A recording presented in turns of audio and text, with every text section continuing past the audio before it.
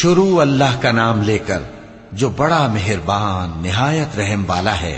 اس کتاب کا اتارا جانا اللہ کی طرف سے ہے جو غالب ہے، حکمت والا ہے۔ اے پیغمبر، ہم نے یہ کتاب تمہاری طرف سچائی کے ساتھ نازل کی ہے، تو اللہ کی عبادت کرو، یعنی اس کی عبادت کو شرک سے خالص کر کے۔ دیکھو، خالص عبادت اللہ ہی کے لیے زیبا ہے، اور جن لوگوں نے اس کے سوا اور دوست بنائے ہیں وہ کہتے ہیں کہ ہم ان کو اس لیے پوچھتے ہیں کہ وہ ہم کو اللہ کا مقرب بنا دیں۔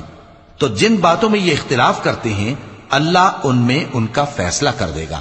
بے شک اللہ اس شخص کو جو جھوٹا ناشکرا ہے ہدایت۔ اسی نے تم کو ایک جان سے پیدا کیا، پھر اس سے اس کا جوڑا بنایا، اور اسی نے تمہارے لیے چوپایوں میں سے 8 جوڑے بنائے۔ وہی تم کو تمہاری ماؤں کے پیٹ میں پہلے ایک طرح، پھر دوسری طرح 3 اندھیروں میں بناتا ہے۔ یہی اللہ تمہارا پروردگار ہے، اسی کی بادشاہی ہے، اس کے سوا کوئی معبود نہیں۔ پھر تم کہاں بہہ کے جاتے ہو؟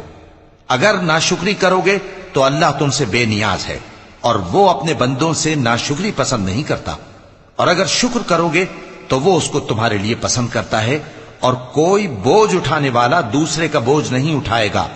پھر تم کو اپنے پروردگار کی طرف لوٹنا ہے، پھر جو کچھ تم کرتے رہے وہ تم کو بتا دے گا۔ وہ تو دلوں کی پوشیدہ باتوں تک سے آگاہ ہے، اور جب انسان کو تکلیف پہنچتی ہے تو اپنے پروردگار کو پکارتا ہے، اس کی طرف دل سے رجوع کرتا ہے۔ پھر جب وہ اس کو اپنی طرف سے کوئی نعمت دے دیتا ہے تو جس کام کے لیے پہلے اس کو پکارتا تھا اسے بھول جاتا ہے، اور اللہ کا شریک بنانے لگتا ہے تاکہ لوگوں کو اس کے رستے سے گمراہ کرے۔ کہہ دو کہ اے کافر نعمت، اپنی ناشکری کے باوجود تھوڑا سا فائدہ اٹھا لے، پھر تو دوزخیوں میں ہوگا۔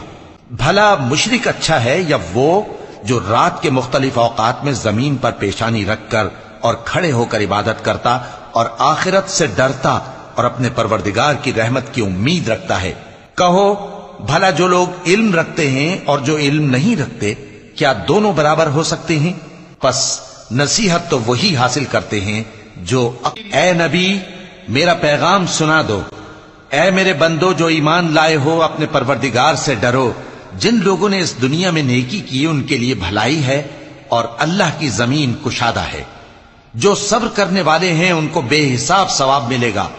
کہہ دو کہ مجھ سے ارشاد ہوا ہے کہ اللہ کی عبادت کو خالص کر کے اس کی بندگی کروں، اور یہ بھی ارشاد ہوا ہے کہ سب سے پہلے میں فرما بردار بن جاؤں۔ کہہ دو کہ اگر میں اپنے پروردگار کا حکم نہ مانوں تو مجھے بڑے دن کے عذاب سے ڈر لگتا ہے۔ کہہ دو کہ میں اپنے دین کو شرک سے خالص کر کے اللہ ہی کی عبادت کرتا ہوں۔